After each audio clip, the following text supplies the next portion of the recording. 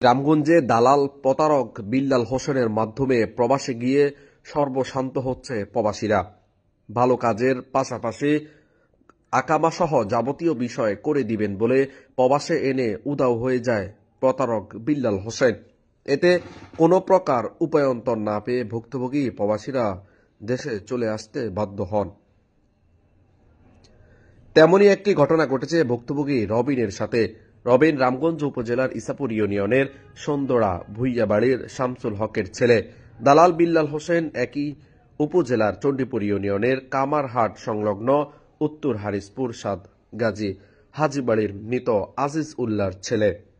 ভুক্তভোগী রবিনের বাবা শামসুল হক বাদী হয়ে রামগঞ্জ থানায় দালাল প্রতারক বিল্লাল হোসেন ও তার স্ত্রী লাখি বেগমের বিরুদ্ধে একটি অভিযোগ দায়ের করেন।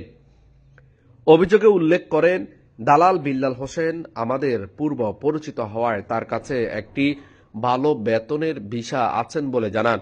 যদি আমার ছেলে রবিনকে তার ভিসায় সৌদি আরবে পাঠায় তাহলে ভিসা আকামা সহ 4 লক্ষ টাকা দিলেই মিলবে ভালো চাকরি, পাশাপাশি হবে আকামাও। আমরা পরিবারের সাথে আলোচনা করে দালাল বিল্লাল হোসেনকে বিশ্বাস করে ব্যাংকের মাধ্যমে 1,50,000 টাকা পরিশোধ করি। বাকি টাকা দালাল বিল্লাল ছুটিতে বাড়িতে আসলে 2,50,000 টাকা তার বাড়িতে গিয়ে পরিশোধ করি।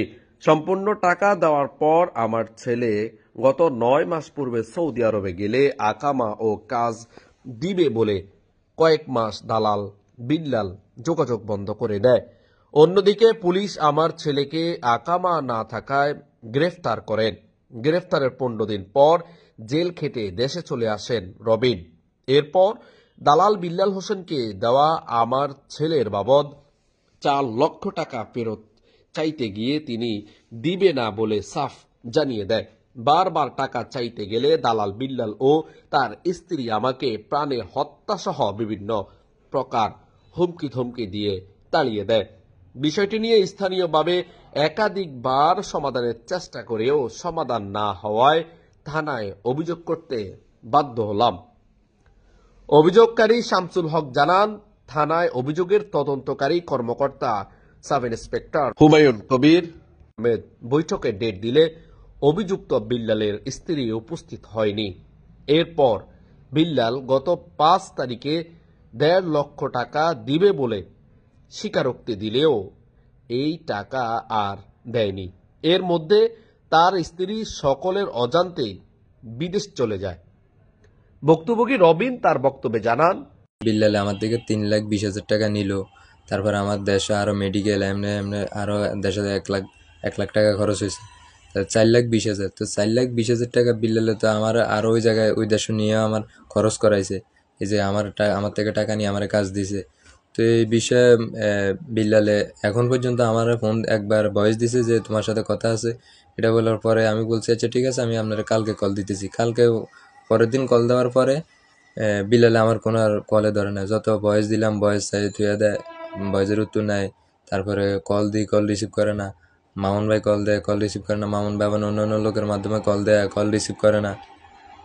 পরে লাস্টে মামুন ভাই সহ আমরা ওই যে থানার মধ্যে একটা অভিযোগ দায়ের করে, অভিযোগ করার পরে দারোগা গেছিল ওর বাড়িতে।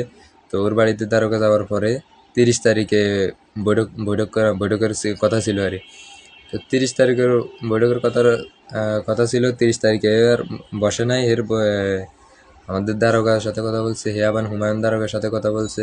দারোগার সাথে কথা বলার পরে হুমায়ুন দারোগা বলছে যে মঙ্গলবারে আমাদের টাকা দিয়ে দিবে। আমার আব্বার সাথে কথা হয়েছে কত টাকা দেওয়ার, এটা টাকা দিবে তো মঙ্গলবারে। তো মঙ্গলবার পরে সোমবারে এরে ফোন দিছে, রিসিভ করে না। মঙ্গলবার গেল, দারোগারও অনেক জানানো হইলো। ওনাদের সাথে হুমায়ুন দারোগার সাথে কি কথা হয়েছে, হুমায়ুন দারোগা বলছে যে মঙ্গলবারে টাকা দিবে, এভাবে কথা হয়েছে।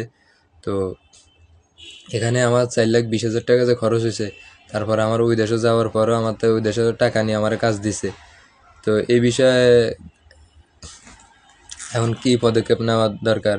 আমার সবগুলা টাকা ঋণী, আমি সবগুলা টাকা ঋণ করে গেছি। আমার একটা টাকাও নিজের ক্যাশ নেই।